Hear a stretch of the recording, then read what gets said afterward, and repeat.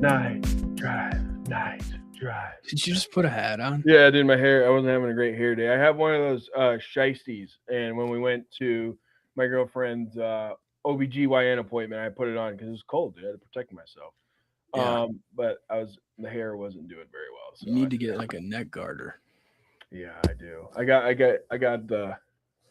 the one that goes over the head. Yeah, I have one of those as well. Yeah, it messes up the hair, I will admit. Yeah. So when all 10 people are watching it, I know Jonathan will be here and he's gonna make fun of my hair. So I mean, grow it out, Trevor. yeah. Do what you want to do. I can't tell anybody about hair, so my mom is not a fan of my because I had super long hair back in the day. And I look back and I'm like, why did nobody tell me that was a bad idea? I loved it, dude. But you look majestic. I grew it out, and I'm getting my haircut tomorrow. So I will say I am a fan of the perm afro look. Yeah, it looks way better. It fits my head. Yeah, I had an oddly shaped head, so it does. You could have this could have probably avoided you several concussions if you maybe had this hair look a little bit more protection. Maybe. I don't know. Most people have like this hairstyle because they have a big like forehead. I don't have a very big forehead actually. I only have like a 3-finger forehead, which is actually pretty crazy. But I'm just like whatever. It just works out for me. Creepy photos, gents.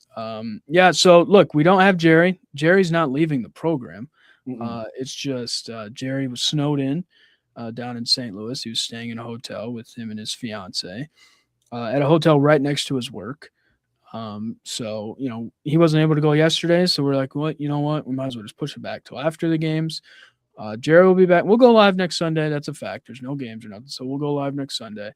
Jerry will be back for that.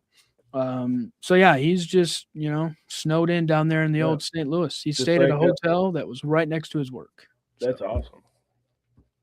It snowed in just like a lot of us. And for those of us who work in education, we're sitting here waiting for the call, no school. Yeah, I mean we've got a lot of snow. It's cold. It's terrible. Everything about it sucks. But it's like cold all the way down in Texas, Mississippi. Yeah. Like the only warm place is like Florida. It's like 71 degrees. And that might be a little chilly for them Florida folk. Yeah. They might be putting on sweatshirts. I'd be sweating if I put on a sweatshirt in 70 degrees. Yeah, but to them they're cold. Yeah. I'm built like we went we were going around and we I don't know, have you visited the liquor store in Cass, the new one? I've not been there yet, no. So it was like -8, 10 degrees on Saturday night, and we went into there's like the beer fridge or whatever. It was warmer in there. It was warmer in there than it was outside. Yeah, I mean you got that thick blood. You have that northern blood. I have the northern blood. Yes, yeah. I'm a man of the north. I'm built for the north. I'm like a husky. When other dogs may need to come inside, I'm out there digging around in the snow, looking for bones. Bones? Chasing your tail? Chasing my tail, right, wiping my butthole on the carpet. Everything a dog does. Yeah. Dogs do. I'm like a werewolf, but I just turn into like a golden retriever. I'm not like a scary wolf. Okay, Teen Wolf. Was that Michael J. Fox back in the Yeah, I'm like, I get really good at basketball. That made no sense. No, dude, if you saw a dude turn into a wolf, you wouldn't just like ignore it because he's good at basketball. Well, yeah, you're not going to slap the floor and try to guard him. No, I'd look at him like, "What? Are we not detaining this animal?" Like, yeah, science needs to be done on this. Like, where's the animal control at? Like, this guy, of course. Are you familiar with Teen Wolf 2? No, was Michael J. Fox in that, or no? Jason Bateman. Oh, that is right. That's like one of his first things. Yeah, he said that that almost ruined his career. Right? I don't think it was very good. I only know it because Jason Bateman was in it.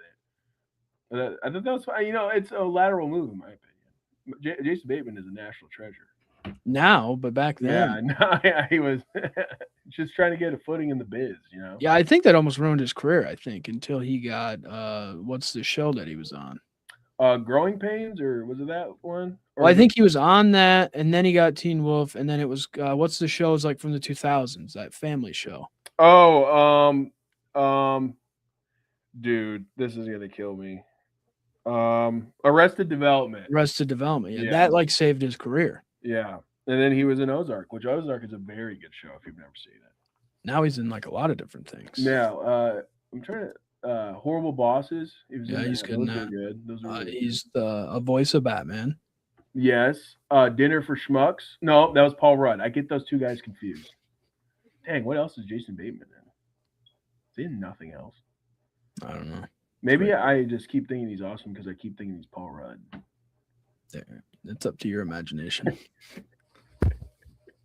All right. Well, we'll move on from that as we try to figure out who's a who actor. Um, so we have a lot of stuff. Super Bowl is set finally.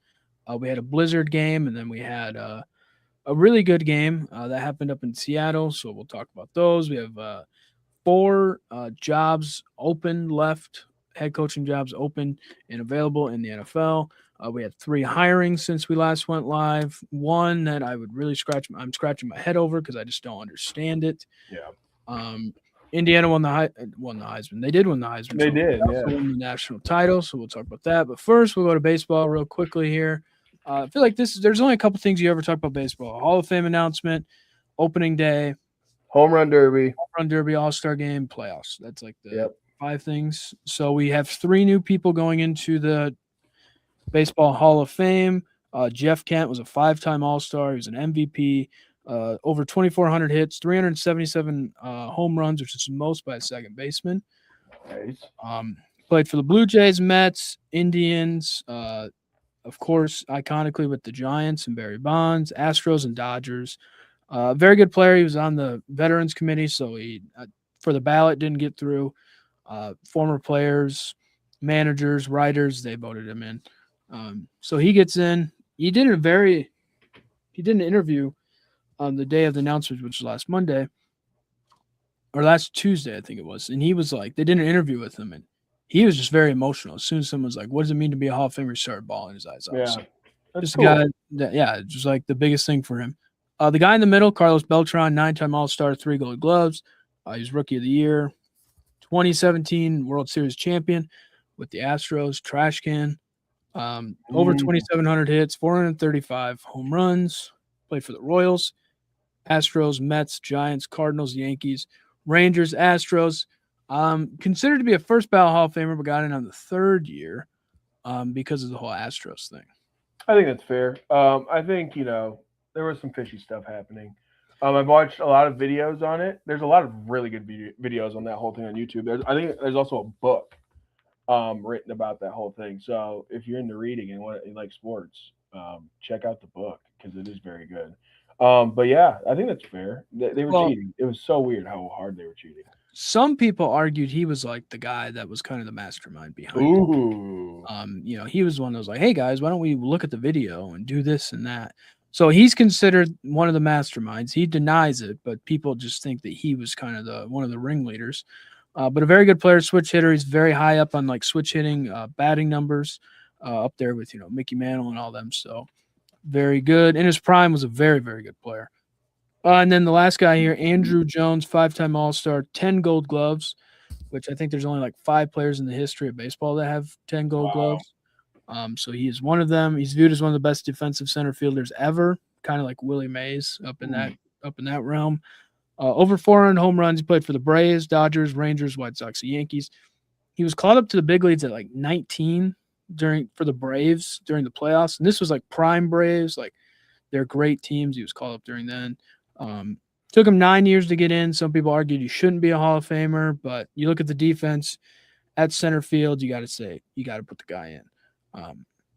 This year was also crazy too, because I think before this, there's only like, I want to say 5 or 6 center fielders ever inducted in the Hall of Fame. Wow. Primary center fielders. This year there was 2 added.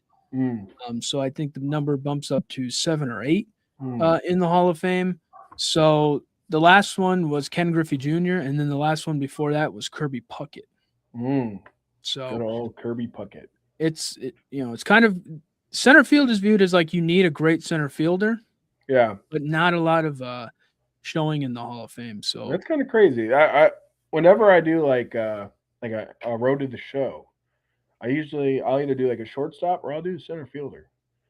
And there's like so many I can just think of so many, especially like when we were growing up. a lot of really great center fielders. So that is interesting. I would think that's like one of the premier positions.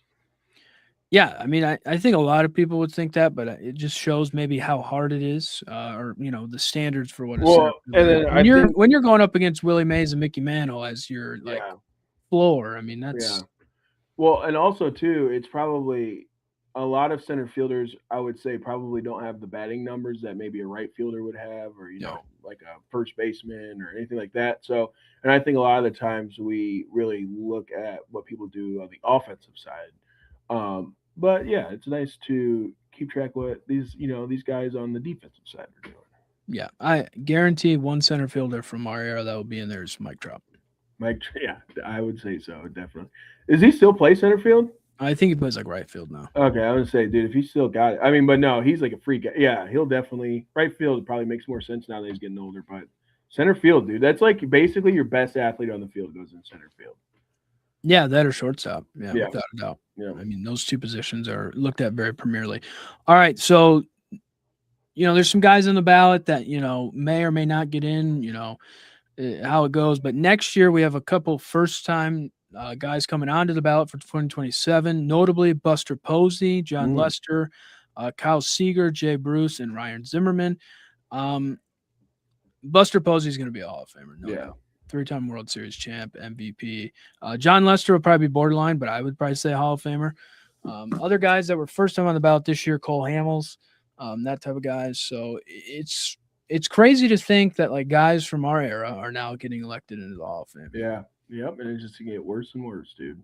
Yeah. Well, Felix Hernandez is also one that's being considered for votes. A-Rod, a bunch of other guys. Yeah, dude. Well, yeah, it is getting pretty crazy to watch, like being able to remember someone's entire career, and then now they're going into the Hall of Fame. It's like, oh my gosh, like Philip Rivers. I don't know if I remember those early Chargers years. Tom Brady, like I don't remember the older Patriots years when he was young, but like it started. Peyton Manning also like what he was drafted in '99, so it's like the Yeah. year I was born. He started, but it's gonna get guys like. I don't know if Cam Newton will ever be in the Hall of Fame, but people like similar to Cam Newton or Matthew Stafford. That's going to be a crazy one because I watched football his entire career, dude. That's going to be crazy when he goes. Yeah, no, it is nuts to start seeing guys, like Buster Posey. It's like, oh yeah, I Yeah, remember Buster Posey's prime of yeah, baseball. yeah, When he was one of the best catchers. So, yeah, it's very interesting. Nolan says, well deserved to all three of them. Great job adding the baseball touch, Caleb. Love it around the corner.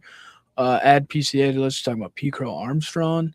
I'll be a real. I'm not watching the Super Bowl. Really? Really, Dupre. I wonder why. Why are you not going to watch the Super Bowl there? I would Very maybe he's. I mean, we'll get to it. He's We'll probably get to it, but I would like to know why he's not. Yeah, I agree. I agree. All right, quickly, we'll also talk about Indiana. Getting to the top of college football, which is crazy to think. As someone that we live in Michiana, we're not. I mean, we're hours away from Indiana, but I can maybe on one hand count how many Indiana people I knew before the last couple of seasons. Basketball more than anything else, but it's just interesting to see that they finally did it. Basically, Indiana had Fernando and Miami didn't. And I said it a couple weeks ago. Signetti may be the greatest coach to ever grace college football. Yeah, it's not insane to say. I mean, so far, I would say so. What he's done in 2 years is amazing. Probably the best 2 years that anyone has ever had as a coach. The thing now is he has to sustain something because if we look at Nick Saban, I mean, there was a bunch of really good Alabama teams, but there was also Alabama teams that didn't really live up to the hype, but would like win a national championship or be close to winning a national championship.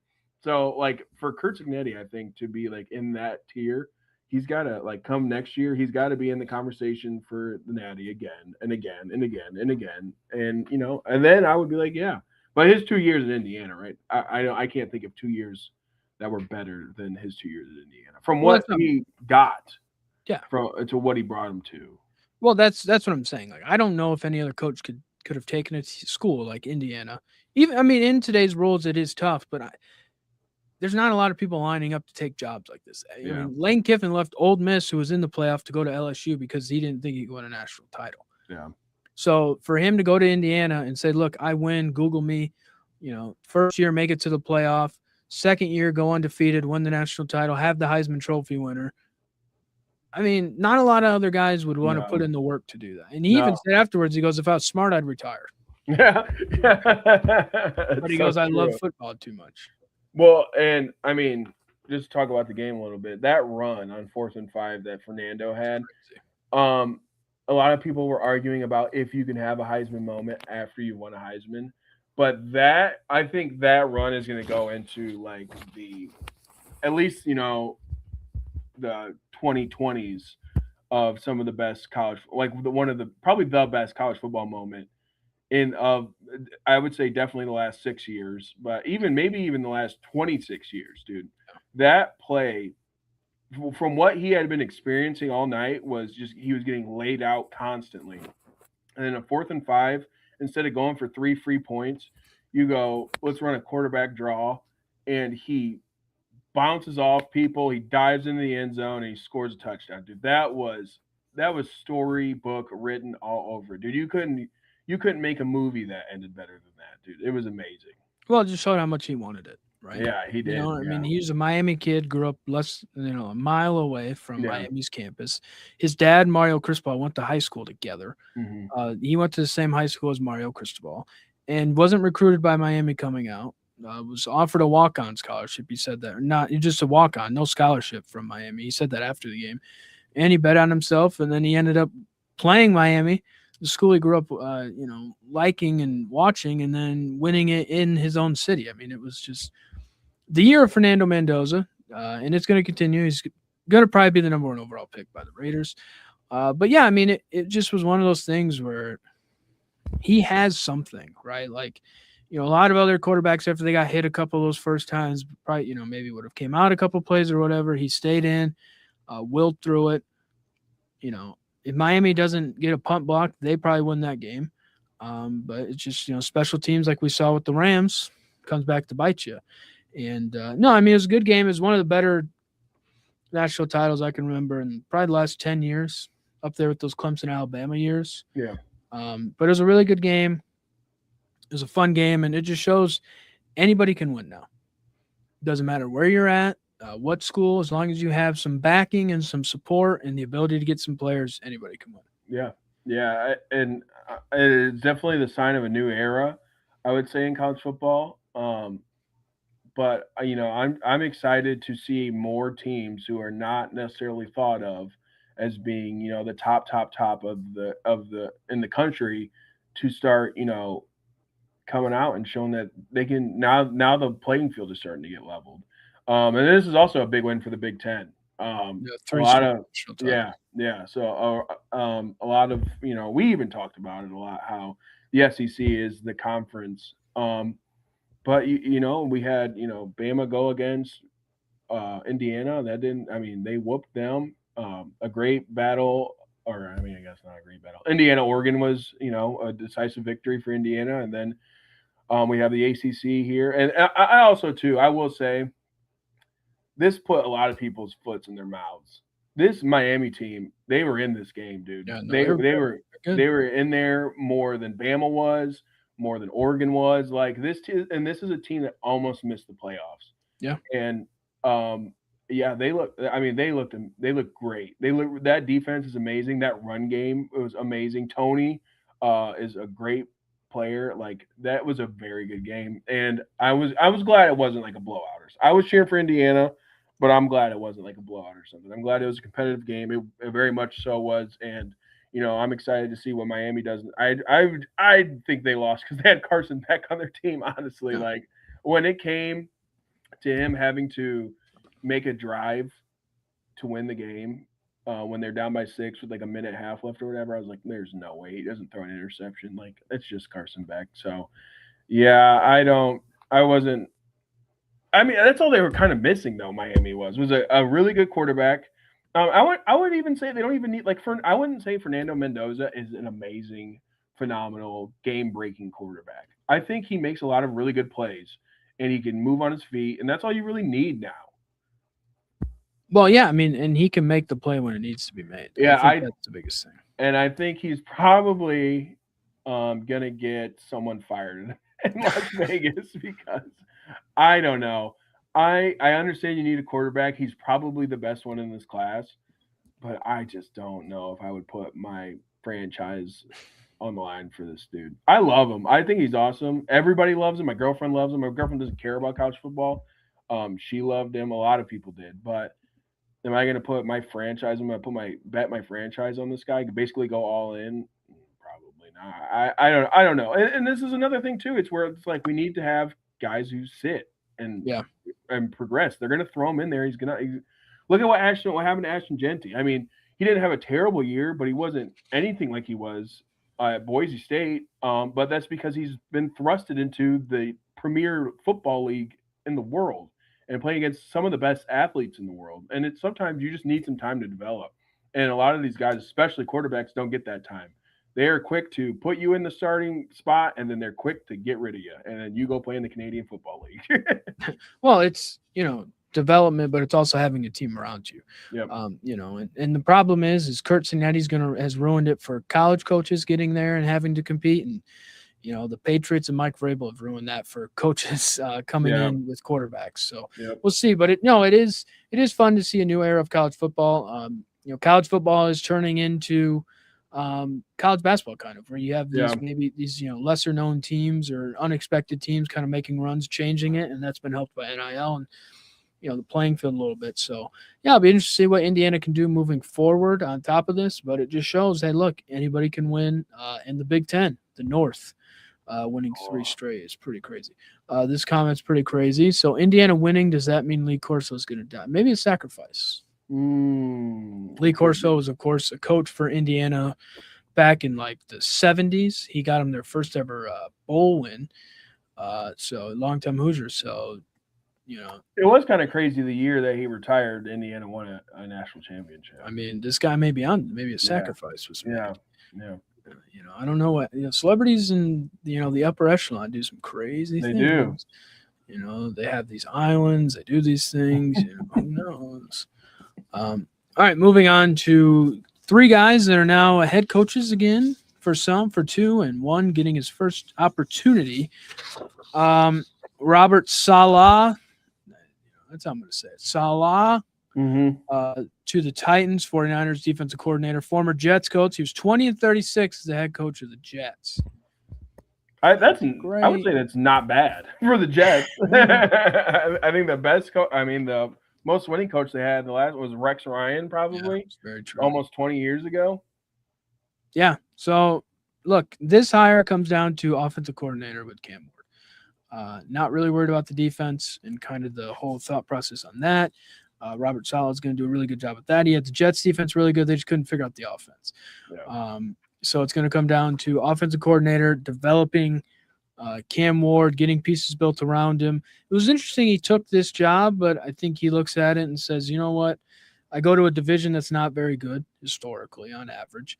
The Texans, they have a good defense, but nobody knows about their quarterback. The Jags, can you trust them? The Colts, good team, but the quarterback's still the issue there. So he says, hey, I can go in there with the turnarounds. Maybe I can make a change. Yeah.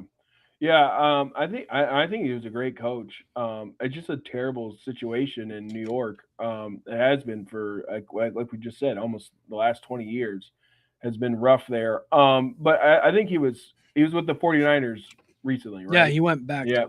I think he was a great defensive coordinator for the 49ers. That defense was no joke. So, I think he earned himself a head coach position. I'm excited to see if this pans out. It's not the New York Jets, so it might. Yeah, I mean, so it'll be interesting. And there is history with Tennessee being good. Mike Vrabel was there. Yep. So there is like some recent history of being good if you get the right guy. The guy in the middle, this one, baffled. Mike McCarthy is going to the Pittsburgh Steelers to be their coach. He is, of course, former Packers and Cowboys coach. He's 174, 112-2 in the regular season, 11-11 in the postseason, and, of course, Super Bowl 45 champion. my problem with this is it's not that McCarthy's a bad coach. It's just the Steelers' unwillingness to rebuild and admit that they need to fix some things on their team, mostly quarterback. They're so worried about being over 500. They're so worried about making the playoffs. It is actually kind of sickening to me because you need to rebuild. You haven't had a quarterback since Big Ben. You're old on defense. You're old all over the place. You still don't have a quarterback. You need offensive pieces. It's time to rebuild and restart over. Like you have to. But and this is just not the Steelers' way to hire a guy, Mike McCarthy, who maybe he's there 5 years at most, and then you move on and have to find another guy. Previously they get these young guys, they let them grow, they let them develop, but they're so worried about being over 500 and making the playoffs. And the other thing is, who knows if that wasn't just much Mike Tomlin being your coach? That's what he can do. So I just expect, and the other problem is now people are like, oh, Mike McCarthy and Aaron Rodgers are going to get back to, that's not going to happen. Yeah. Mike McCarthy got fired in Green Bay when Aaron Rodgers was still the quarterback. So I just don't understand. Let's go get Mike McCarthy. When you texted, I was like, what the hell? I think a lot of this too, it is another example to me that they were not going to part ways with Mike Tomlin. No, they were going to keep because they want to be 500. Yeah, they want to make the playoff. They don't care. It's like the Steelers used to be in Super Bowls. Now it's just, can we just be good? Yeah, and the thing, like you just said, Mike McCarthy is probably going to be there for 5 years. Now, this was almost an identical situation with the Ravens, and I like what the Ravens did. They went and got a guy who was relatively young, and it shows that they're probably going to let this dude have some growing pains and develop as a head coach. What the Steelers are doing is exactly what you're saying. We have to be a above 500 team, and we're not going to, and we're going to have to reset in a few years anyway. This just shows me this was such a lateral move in a situation where you didn't want to get. I don't think the Steelers wanted to get rid of Mike Tomlin. No, they didn't. And what I would say is that it sucks that he stepped down, but this is now a time now we get to start the rebuilding process, which should be an exciting thing because it's going, okay, that culture that Mike Tomlin has created is gone. Now it can be similar, but for me, this is almost identical. And I would just like it if they did what the Ravens did, got a young guy, and just developed him like you develop young players. These great head coaches don't come out from nowhere. There's a reason that Andy Reid was an assistant coach forever. And, all these guys, John Gruden was an assistant coach forever. They got to develop like a player would develop. And now I think Mike McCarthy is about as good of a coach as he's ever going to be. Right here probably is his peak. So I don't know. He's going to be there, like you said, for 5 years. They're going to be looking for a new coach. I mean, he doesn't have 20 years in him to coach. I mean, unless he's extremely successful and, does it into his 80s or whatever. But well, you got to find a coach. I mean, you got to find a quarterback. You have to find a quarterback. And I don't know. It's just, to me, it's just, you're so worried about being 500, making the playoffs, and you haven't won a playoff game, in a long time. That was with Mike Tomlin and, some guys that are on this roster. So that tells you, hey, we have a chance here. We have an opportunity. Let's rebuild. Let's reload. Let's figure some things out. It feels panicky, like, oh, we have to get a guy. Let's get Mike McCarthy's experience. And now you go over to the Ravens, where the Ravens trust their organization and who the Ravens are. Yeah, because they said, you know what, we're going to get a young guy. Doesn't matter who it is. We're going to plug him in. We're going to bring him in. We're going to, show him how we do it here, and we're going to fix it. The Steelers, you would think, would be that way. They historically have been that way. But they're not. So that'll be interesting. But yeah, so the Ravens, Jesse Minter's going to the Ravens, Chargers defensive coordinator. My funny thing about this thing is you get rid of Harbaugh because you need a change. Yeah. Then you hire a guy that was on the Ravens staff underneath John Harbaugh, and he's coached for about 20 years now. And half of that time he's been underneath the Harbaugh in either Jim or John. So we have to get rid of the Harbaugh. We got to change. And we go get a Harbaugh guy. Now, I don't think it'll matter. I think that it's going to be good regardless. Yeah. The Ravens, it doesn't really matter. I feel like who they hire, there's success there. from the top down. They draft very well. They develop very well. And the other thing is he's coming in to fix the defense. Mm-hmm. And historically, that's what the Ravens are, a defensive team. So that's his main job. He's going to do that. Therefore, they're going to be way more successful. I think it's going to be a very, very good experience. Yeah, I'm excited to see what they do with him. And like you said, he's had tons of experience as an assistant coach. Like he's almost 20 years of coaching. Um, and I would say too that the Ravens are in a much better predicament than maybe the Steelers are, where you still have Lamar Jackson, you still have Derrick Henry. I would like for them to maybe I mean the defense is an issue, but maybe get someone. I just don't think that their receivers are very impressive, I guess, or something that I don't worry about. If the Eagles were to play the Ravens, I'm not going like, oh no, they're gonna burn us. They need a guy. They need a dude who, not Mark Andrews. Mark Andrews is a phenomenal tight end, but you need more than that. You need these receivers that will take attention away from Lamar and away from Derrick Henry. I feel like so much this year, it was like, dude, if you stop Lamar, you stop them from doing anything. Yeah. And I like we talked about early in the season, a lot of teams have started to figure Lamar out a little bit. Now he's still a super freak athlete, and you can only do so much, but they kind of box him in and don't let him go anywhere. Which is then you have to rely on his arm, and his arm is, I think, very underrated. I think he has a great arm, but he needs someone to throw it to. And I think they need to solve that issue along with the defense, because the defense was an issue. And like you said, there's so many amazing Ravens defenses that they need to get back to that identity. And I think that they did that here, getting Jesse Minter. Yeah, it almost kind of feels like the Steelers and Ravens should have swapped head coaches. Yeah.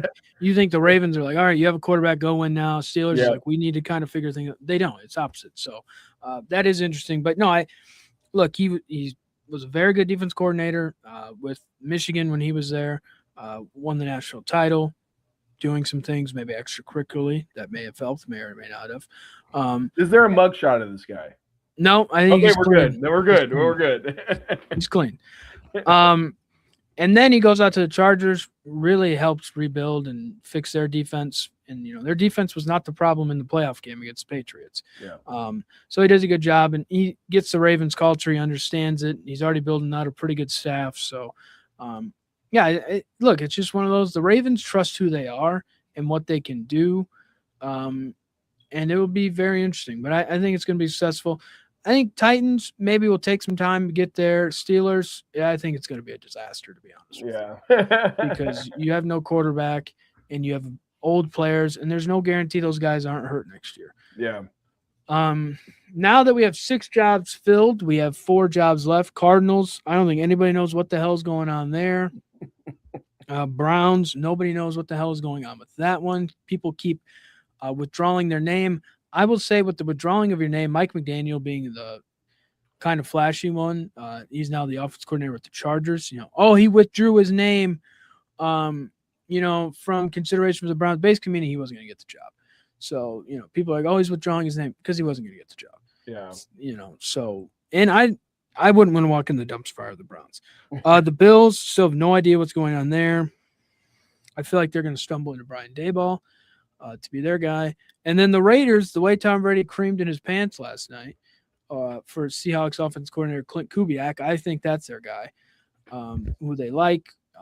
His dad, really good coach for a long time with the Texans, won a Super Bowl with the Broncos. So, and I guess I will backtrack a little bit of what I was saying about Fernando.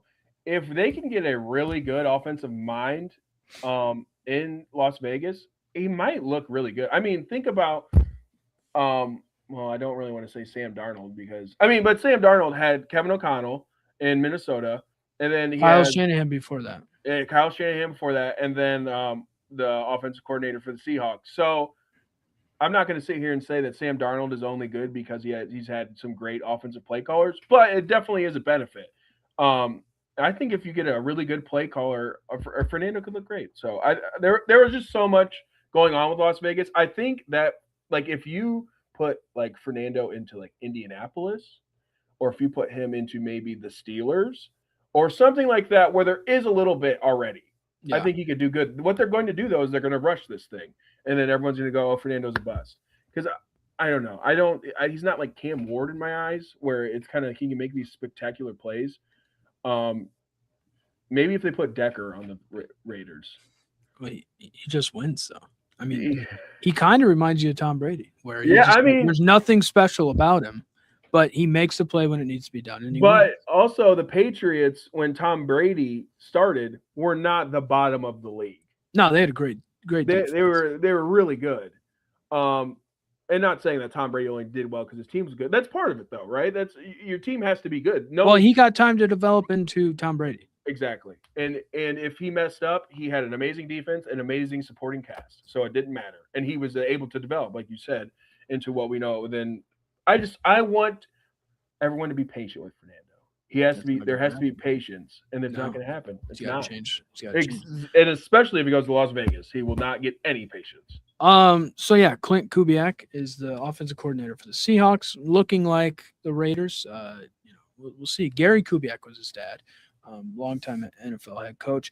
I just looked up Clint Kubiak, and one of the first articles is from Awful Announcing. It says Tom Brady tongue bass Seahawks offensive coordinator.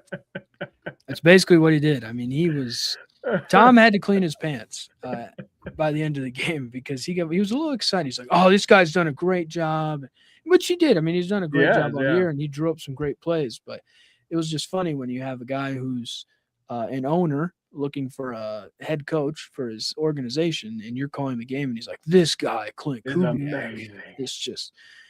Tom should have just went down there and put a Raiders shirt on him during halftime. I mean, it's just the way it is. So we'll see. Like I said, there's two jobs here that are a mess. There's one job that's a mess but has the number one overall pick.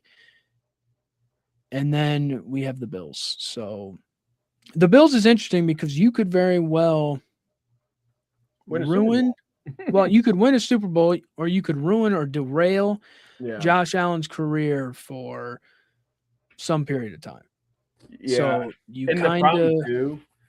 I think the problem with the Josh Allen thing is I don't see him leaving Buffalo unless it gets like catastrophic. That's kind of I mean, he's been there for a long time. I know he loves being a Buffalo Bill, but sometimes I think that's an issue too. It's like you let your career kind of get ruined by this team that kind of fails you instead of. But I mean, name 10 better teams than the Bills. I don't think you can. He's in a pretty good spot right here. And like you said, it's either you can win the Super Bowl next year or you can completely derail everything that's happening. Yeah, so it'll be interesting. All right, moving on to the big grand prize here. The Super Bowl is now set. Patriots versus the Seahawks, February 8th, 6:30 p.m., Santa Clara, California, Levi Stadium on NBC. The Seahawks have opened as a 4.5-point favorite. Over-under is 45.5. You can get New England money line right now, plus 190.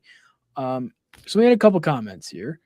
What's it? Derpy? Is this guy's name? It's Derpy, yeah. Derpy here says, I'm real, not going to watch the Super Bowl. We asked him why. He says, because of the Patriots. I'm pretty sure that guy doesn't look like Tom Brady. Mike Vrabel doesn't look like Bill Belichick, but it feels very, very similar. Yeah. I will say. Choppy here says, who is more real? The Loch Ness Monster or the NFL? Oh. Maybe we got some people thinking this stuff is scripted, eh? Oh. There was a picture that the NFL put out at the beginning of the year where they do like all like the quarterbacks or whatever walking to the stadium. Two guys in the front were Sam Darnold and Drake May. Yeah. Bo Nix just miraculously snaps his ankle in overtime. Jared Stidham has to play. Matthew Stafford, who's been an MVP season, doesn't get his team the lead there at the end of the game. I mean, what I think this is, I think this will be an entertaining Super Bowl. I'm really excited. Last Seahawks Patriots one was. Yeah, well, I put a picture of that on Facebook. As soon as the Seahawks won, I was like, does this remind you of anything? And it's Malcolm Butler intercepting the ball at the goal line.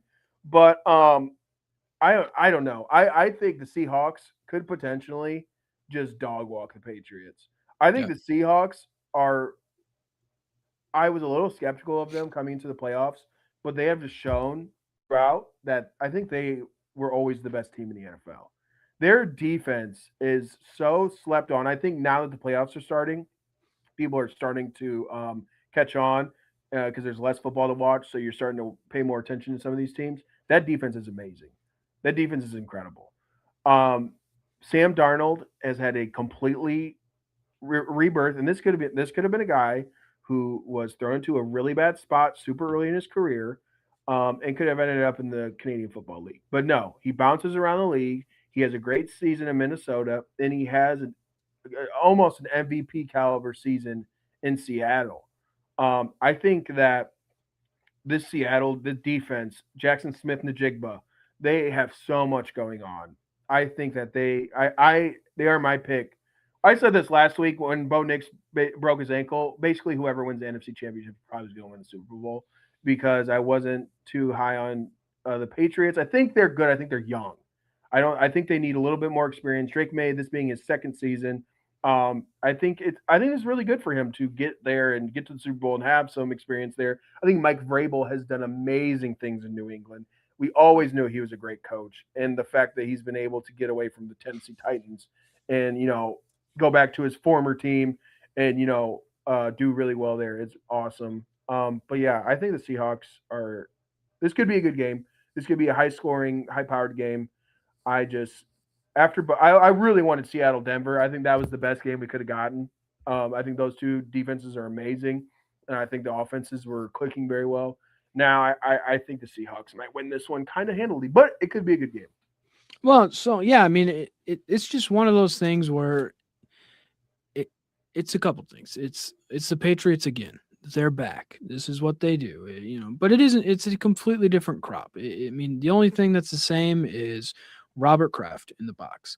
Mm-hmm. Mike Vrabel. Yes, he was on the earlier Patriots teams, but other than that, there's really no connection to the last dynasty. It just feels very similar, where it's like you have a young quarterback, a coach that comes in his first couple of years, figures some things out. The defense is kind of leading the way compared to the offense as of right now, and the conditions played part of that. But the defense in the playoffs in 3 games gave up an average of 8.7 points. Yeah. And it's a defense where you don't really know a lot of the people's names. Mm-hmm. Gonzalez, who made the interception, Milton Williams, just because he was on the Eagles last year and kind of went on a run. But other than that, it's just kind of defense. It's pieced together. They figure things out. They play. The other thing, too, is you need a quarterback that can at least run and get you a couple yards. That's what won the Patriots the game yesterday. Yeah. Drake May's ability to be able to run and run up the middle, it broke Denver's defense. Yeah. Same thing with Sam Darnold. He was able to move yesterday a little bit, and be able to get a couple first downs. Matthew Stafford tried, but you can only do so much. So the ability to have a quarterback, not that you have to have Lamar Jackson athleticism, but somebody that can get you a couple yards, it shows. It helps you so much to win the game. So yeah, and the other thing is you have the Seahawks. Nobody knows who their coach is. It's not like when you had Pete Carroll leading the Seahawks. You have Mike McDonald, which some people, if you put him in a line, wouldn't be able to pick him out. You have Sam Darnold, who he's good, but you don't trust him. He plays really good in this game, but you still don't want to trust him. He's a guy that's kind of bounced around the league, played for like 5 different teams. It was like, Minnesota thinks that he can't win, so they got rid of him to move on from J.J. McCarthy, and now you have this. So, I don't know. It's just, if you're the NFL, it's probably not the Super Bowl you wanted. But, look, this is where we're at, and I think it's going to be a good game. I do. Now, it's just one of those, it's weird because it's like, Drake May's young. Do you trust Sam Darnold? I think the moment's going to be big for both teams and both quarterbacks. So I think that's going to play to, the difference of what the game's going to be like. But we also have to remember, look, there were times when Tom Brady was in his prime, he didn't make the Super Bowl. And we had other games. And, we all think Patrick Mahomes, we need him in the Super Bowl every year. It's not going to happen. So this is just where the NFL's at. Yeah, I'm excited. This is another feeling, kind of like the national championship, where it's not the same old faces. I know that me being an Eagles fan, I would have loved for the Eagles to be here, but it's also nice to show that, like, hey, There are other teams. Patrick Mahomes is not have a freaking monopoly on the Super Bowl.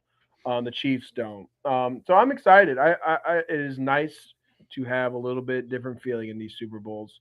I know that was kind of the complaint last year, where it's like Kansas City and Eagles again. Yeah. But I'm excited, and I'm really excited for Sam Darnold. I think if he can get this done, what a story! I mean, from it's like Baker Mayfield on steroids, basically. I mean, Baker Mayfield gets so much love for what he's been able to do, kind of revitalize his career. Sam Darnold has done that tenfold, I think, to be able to not. I mean, we kind of saw last year where he kind of just crumbled towards the end of the season, but he's remained consistent. And I would love to see Sam Darnold win the Super Bowl.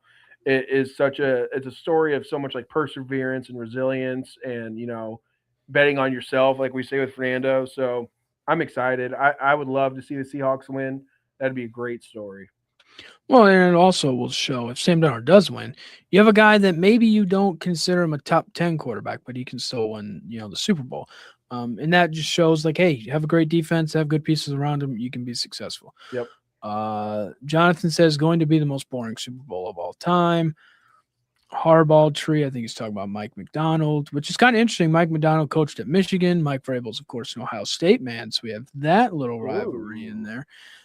Johnson says, end of the logo conspiracy based off of the colors of what the logo is. So maybe this is just the year NFL's throwing us off. Saying, yeah, hey, well, they did do the quarterback thing that we just talked about. Yeah. So there's a bit of conspiracy there. Yeah, so maybe they changed it to that that graphic this year. Next year, they'll go back to the colors.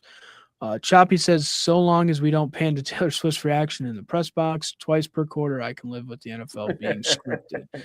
I mean, it's a great point. We won't have Taylor Swift. This is just one of those. This will test how big the NFL really is.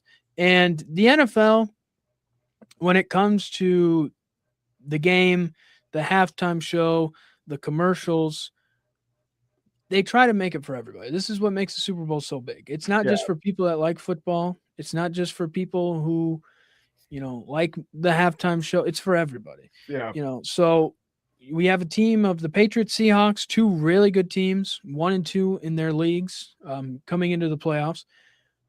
Top 5 in the NFL all season. That's for the fans. The halftime show is for the other people. And, you have all the Bad Buddy fans. Well, that and just people that like music in general that aren't football fans. Yeah. So you have that crowd, you have the football people like, who's this guy? Why have him as the halftime show? Well, sometimes you can't have the Beatles and Bon Jovi every year. That just can't happen. You got to change it up a little bit. And then, you have the commercials. So this is the Super Bowl's for everybody. This is what they do. The game is just the storyline, I guess, but it's everything else around it. But you're going to have people that like Drake May's wife and say, oh my God, I love her. I root for the Patriots. Yeah. And then you're going to have people that hear Sam Darnold's story and you're going to be like, oh my gosh, this guy is, is drafted 3rd. Then he's kind of gone through it. Before he went to San Francisco, he could have been a starter somewhere, but he said, no, I need to sit, learn how to, learn the position of quarterback, be in a good offense. And then he goes to Minnesota. Minnesota didn't want him after winning 14 games. Now he goes to Seattle. So, look, we're going to have 2 weeks to talk about the storylines of the Super Bowl, but it is an interesting thought to be. We do it with baseball all the time or the NBA. It's like, is this what they wanted? Are these the teams that they wanted and or needed? So to hear it with the NFL is different because when you think Patriots, Seahawks, I still think Tom Brady, Belichick, and Legion of Boom. Yeah. Well, and also the Super Bowl kind of reminds me of last year's NBA Finals, where it's like, not necessarily Oklahoma City, they're both phenomenal teams, but the markets were small. Yeah. And so it was a little less appetizing to some viewers, but I would say a pretty good overall NBA Finals series. So I think this is going to be a good game. I think if you like football, it doesn't matter really who's playing as long as it's good. So. Yeah, it'll be very interesting. Johnson says, Trevor, are you going to have school tomorrow? Nobody knows. I hope not. Nolan says, I'll be cheering for Seahawks. Fuck them both. Can't do it with Pat. Sorry. Child's program. I actually like Drake May too, but no, can't be another one up in those rafters. That's fair. Yeah, I was listening to a comedian talk, and he was like, "It's too soon." Like he was a Ravens fan, and he was like, "It's too soon for the Patriots to be good again." Like Well, it's that's the thing is they went like 4-13 the last 2 years, and you're like, yeah, all right, they get Mike Vrabel second year. You're like, all right, they'll maybe make the playoffs, maybe make a little run, but they're not going to get to the Super Bowl. They get to the Super Bowl. I mean, this will be the what is it, 11th time since 2000 that the Patriots have been in the Super Bowl. that's crazy, dude. That is crazy. I mean, that it's Oh just my nuts. gosh, man. Yeah, you think once Tom Brady leaves, you're like, okay, it's finally, and then here they are again. Yeah, 10 or 11 times since 2000 that they've been in the Super Bowl. Oh my gosh, dude. And what they lost to the Giants twice, the Yeah, the Eagles. Eagles, and then they won the other six. Oh my Beat the Rams, beat the Panthers, beat the Eagles, lost to the Giants twice, gosh. beat the Seahawks, Mm-hmm. beat the Falcons, Mm-hmm. and beat the Rams again. Oh my gosh. Dude, what a team to be a fan of. It probably is like also kind of similar to like the Boston Celtics. I know they haven't won they didn't win last season, but like they're good. So it's like, oh my gosh. For those Oh people no, who watch people in Boston are like every team in Boston, major sports, the four have won. I want to say at least more than one title since 2000. so yeah, Red Sox, Bruins, Celtics and Patriots. Patriots, yeah. Yeah, Patriots have won 6. Been to now 10. Celtics have won 2 and been to 4. The Bruins, I don't know how many the Bruins have, but the Red Sox have 4 since 2000, and I want to say the Bruins have 2 since 2000 and have been to at least 3. ChatGPT says the Bruins have it's loading. Searching for Boston Bruins Cups wins Bruins championship. Since they won one. They've won 1. The All right. 2011. If you want to But yeah. they've been to more than 1. Yeah, I think it was 2013, 2019 it said. Yeah. The So 3. no, I mean it's just kids in Boston. That's all they know. Yeah.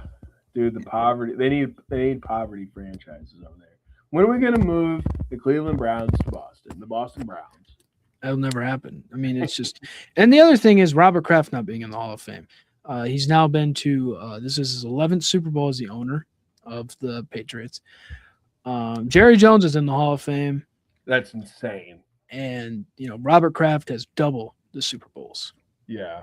Now it might be because he likes to visit massage parlors. Nothing wrong with that. He never got in trouble for it. So yeah, that's true. That's true. It's true.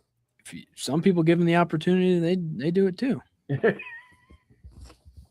He's not the only one. That was just, I mean, some would say that's an NFL conspiracy against him. Oh. Well, I mean, to be fair, getting busted in the middle of a sex ring is rough. Allegedly busted.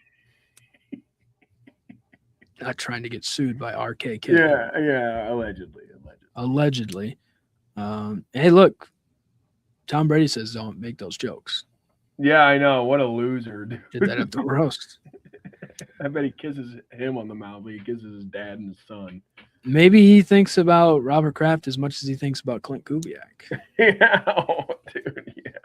Robert Kraft. When Tom loves somebody, he gives you all his love. He does. Nolan says Caleb a little bit off track, but Mickens produced 58 interceptions with his DBs over the last 3 years. What are we thinking about the move? Where does ND look? Yeah, so Mike Mickens is defensive back coach at Notre Dame. He's leaving to become part of the staff for Jesse Minner.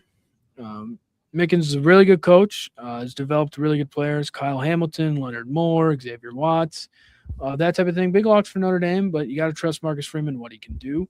And finding coaches, he's done well at that. And Mickens was a guy, it felt like he was going to leave eventually. if he wasn't made the defensive coordinator. So, yeah, it has to be one of the more appealing jobs open. Yeah, I mean, a lot of people are going to want the job. It'd be interesting to see. One guy said the people have called Notre Dame. I don't know how much I believe that. But it's just interesting to see. It's funny how football works because you have guys who leave college to go to the pro and then leave pros to go to college. So you have this interchange of things. So, yeah, I mean, it's an interesting move. It'll be interesting to see kind of what happens there. But the Ravens get a good coach, and that Jesse Minter wants to build a defense, and getting Mike Mickens is a part of that. And Mike Mickens gets reunited with Kyle Hamilton. So it's just one of those things. But yeah, Super Bowl is set. Seahawks right now are 4.5-point favorite. That's in 2 weeks, so not this Sunday, but the next Sunday. Yeah, it's gonna be fun. I mean, everybody starts somewhere. I will say, and this is where Drake May starts. Yep. Could he be the next one? Yep. In his second year, getting the team to the Super Bowl. Jared Stidham had to play kind of like the tuck rule kind of play. It was gross. Jared Stidham proved why he's a backup quarterback. I mean, everybody's like, this guy's terrible. He's a backup. And he has a tail. Supposedly. That's what you said. People are making the argument this guy was born with a tail. Allegedly. Allegedly, he's a furry. No, that thing, he was born with that sucker, dude. Yeah, so he's. You think he can wiggle it? Maybe you're born as a furry. Maybe some people are. Ooh. Maybe it's not just a thought process. It's not a choice. It's a lifestyle. Maybe he can be the voice for that. Yeah, that would be cool. But no, Jared Stidham goes back to being a backup now. Sean Payton doesn't kick the field goal, take the points. Bo Nix will be back. Maybe the NFL purposely, Tanya hardened him. I Tanya'd him. They Tanya'd him. Maybe they did. Dude, I was watching. There's a conspiracy theory about that, and that there was a conspiracy that he did not break his ankle during the game, and that they're saying that he broke his ankle maybe celebrating after the game. Because, I mean, it does look weird. I mean, but, NFL players are tough. They get hurt all the time. A lot of it's not a big deal. But when he does get up from the play he supposedly broke his ankle on, he doesn't look he ain't walking too gingerly. But he's a tough guy, so who knows? Adrenaline, just pumps in your brain, pumps in your veins. You get going there. I know we'll see. Just for the Broncos, though, it's, we talked about the Bears. It's like that could have been your shot. There's no guarantee. You don't know if you'll be back in that situation. They have a really good defense. But, your quarterback gets hurt.